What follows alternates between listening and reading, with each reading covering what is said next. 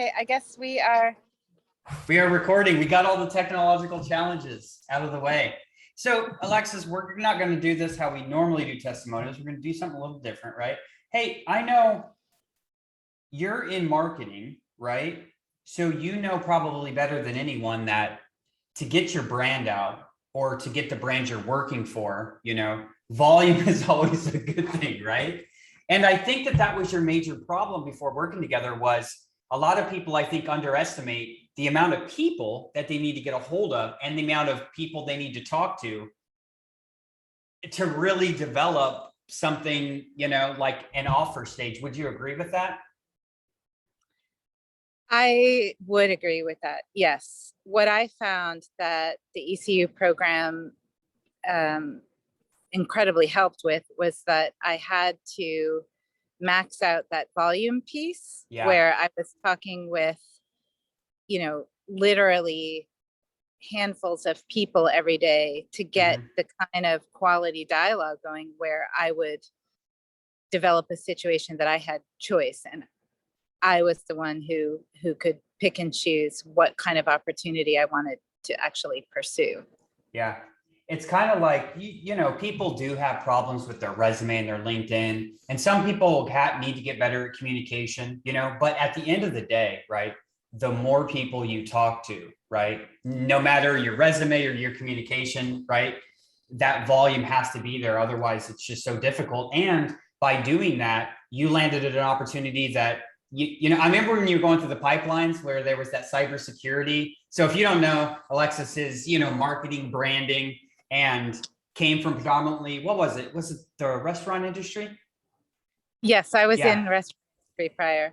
And then you're interviewing at all these places that are like cybersecurity firms and all this. And you're like, Tim, I would have never thought I would be enhancing the brand for that. And now you finally ended up at a agency that supports Microsoft. And I forgot what kind of brand that is.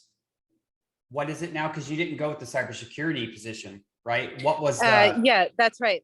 I'm actually on the product innovation team doing growth storytelling for a specific product called Vivo, which is an employee experience platform. Mm-hmm. And I do know the good thing about it that even getting in front of those people, while that was good, helping hone in on your communication and just building relationships is what led you to this opportunity. Because I remember when you were going through that pipeline for that position, if you wouldn't have asked all of these questions, or if you wouldn't have been able to build good relationships for these people, they would have not, after you went through that pipeline, they said, hey, you're great, but I think this would be better for you. And I remember you did a really good job building a relationship with a couple different individuals who were really big advocates for you, right, throughout this process that kind of led you where you are now. Talk about, how did that all work out? Right. So you connected to someone, you went through the interview pipeline. Did you just do go ahead. It started through automation, which led to a great networking call with an SVP inside the agency. And as you mentioned, I had not even anticipated going the agency route, but it was such a good conversation that she piqued my interest. And the next thing I knew, she had given my resume to the internal recruiter who contacted me for an initial screening.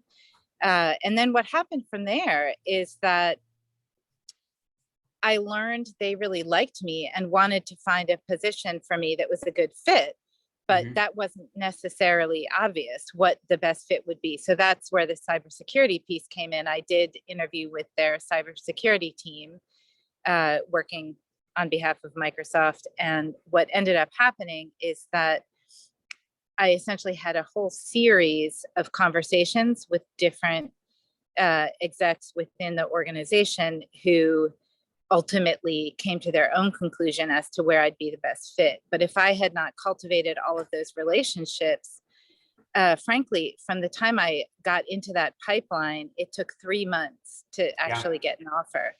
And so that's where the relationship building piece came in so strongly.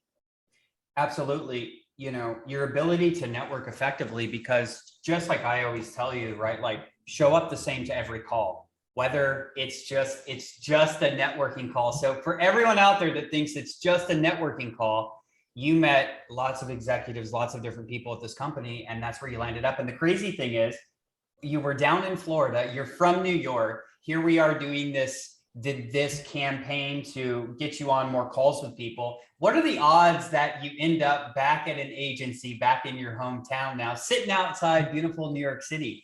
It's crazy how life works out, huh? Maybe it was meant to be. Well, it does kind of feel that way, but even things that are meant to be require a process to get there. And I found the ECU process so comprehensive and supportive. Yeah. I couldn't have done it without, the ongoing daily coaching, the systems that you have in place, and all of the, responses to daily questions that I had, because it's a whole, you could spend your life, as you do, just figuring out how to conduct a job search. But I didn't have time to figure all that out myself. And so you all were my coaches in that process and saved me so much time. Yeah. And hey, the last thing we want to do is learn while we're in the event, right? Let me learn how to go on an interview when I'm interviewing at a big brand in New York City, and hope and pray everything works, right? Just like I tell people, and your analogy would be a marketing professional, right? We aren't just going to bring a new product to market for Viva, I believe. Surely we're using some type of blueprint, framework, strategy, right? Not just kind of developing it on the go and crossing fingers and hoping it works, right? Like you need frameworks to be successful. And,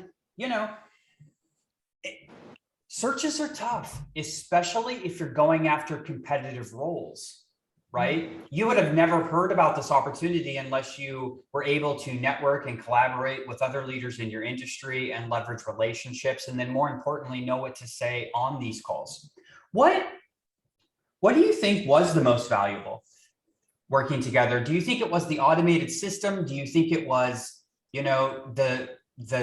the group coaching calls with the group, the individual sessions? Obviously, I'm sure it's a kind of a mix of everything, but what do you think was yeah, I think one of the, I was thinking about this before our call, and I think one of the things that I would really emphasize is just the community, being confident that no matter what wall I hit or question came up, I knew where to go.